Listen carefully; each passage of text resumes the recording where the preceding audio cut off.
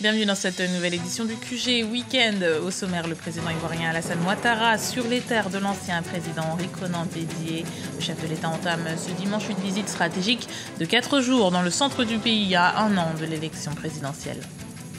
Comment la ville de Nouakchott en Mauritanie gère-t-elle son système d'écoulement des eaux, particulièrement en période de pluie? Des enjeux urbains en matière d'assainissement semblent incontournables pour lutter contre les inondations.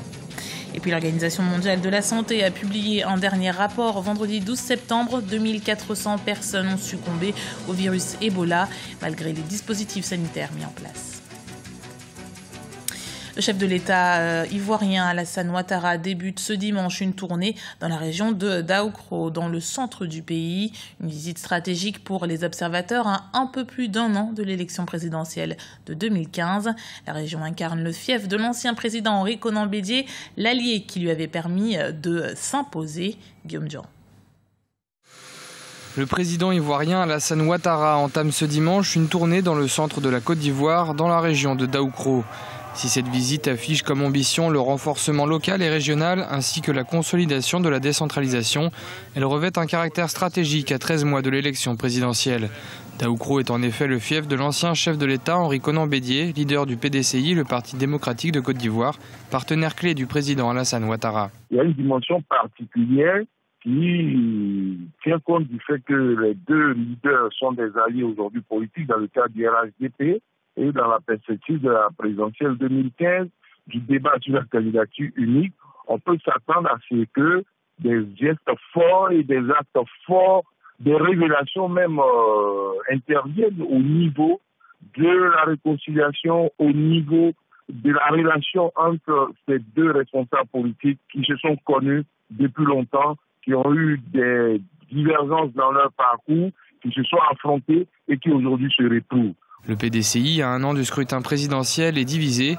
Le parti doit-il aligner un candidat face au président Alassane Ouattara ou privilégier une candidature unique et le rassemblement derrière l'actuel chef de l'État? On peut avoir droit à des révélations, à des choses inédites et au-delà de ça, à un renforcement de l'alliance, à un pacte qui sera renouvelé et scellé pour les perspectives à venir.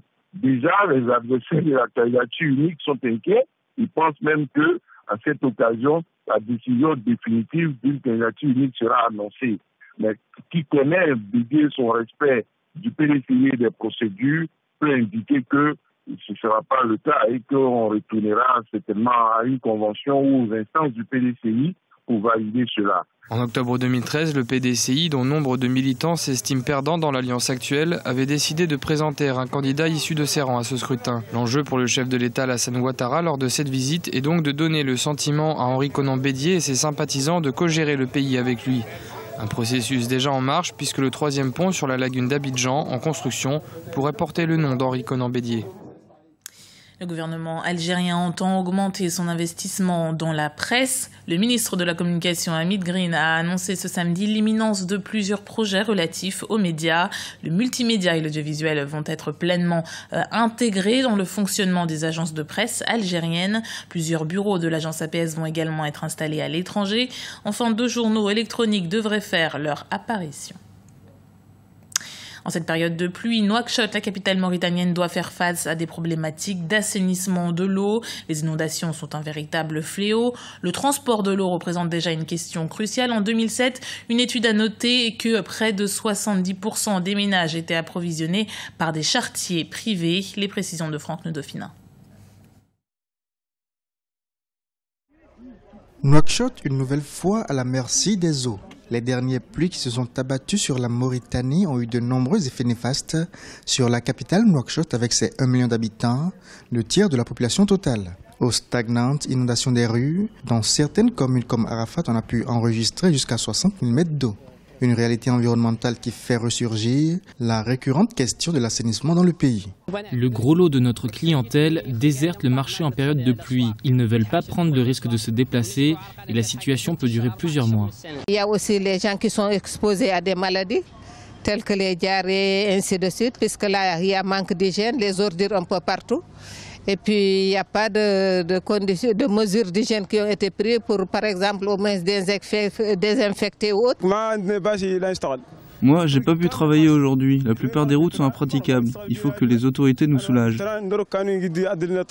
Nouakchott souffre de l'absence d'un véritable réseau d'assainissement. Prise en tenaille entre le désert qui prend de la place et la mer qui ne cesse d'avancer, la capitale mauritanienne se doit aujourd'hui de faire face à des défis d'urbanisation et d'assainissement plus grands. L'équipe nouvellement installée à la communauté urbaine souhaite aujourd'hui prendre en compte la vulnérabilité de la ville en anticipant sur les mutations à venir. Nous avions assisté par le passé à des inondations qui ont négativement affecté plusieurs parties de la ville. Et pour faire face aux intempéries de cette année, nous prévoyons de travailler sur une stratégie à 2 volets. Il s'agit d'abord pour nous d'envisager des solutions à court et à moyen terme pour soulager les populations. Pour cela, nous avons nos équipes sur le terrain qui sont chargées de vider les grandes artères des eaux qui y stagnent. Le deuxième volet de notre stratégie est à long terme. Il consiste à appuyer les efforts du gouvernement visant à mettre en place un système d'assainissement. Le plan mis en place par la communauté urbaine prévoit une véritable restructuration urbaine. Ceci passera par la mise en place de canalisations sur les différents axes routiers et une meilleure gestion du potentiel foncier.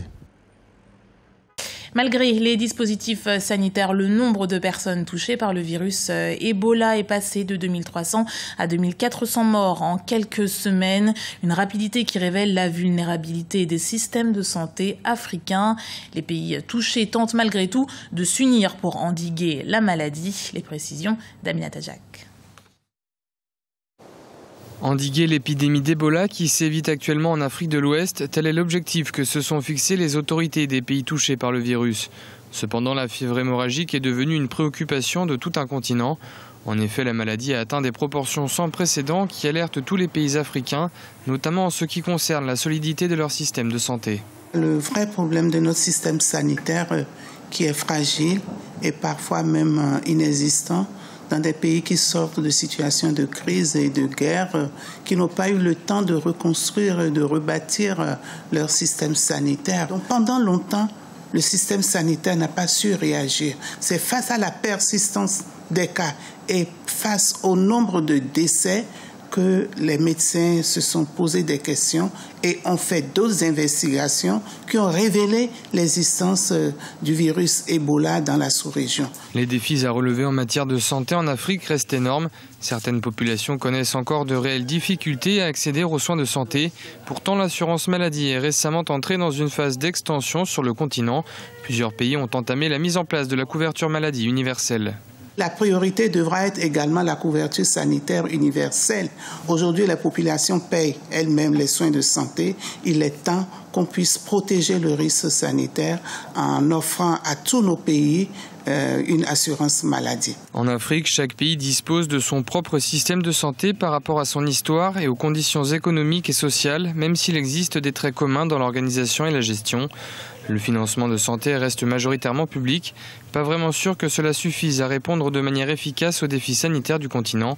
Un défi que le prix UNESCO Guinée équatoriale, qui sera remis ce lundi à Sipopo, entend contribuer à relever. Un événement à vivre à partir de 9h GMT sur Africa 24.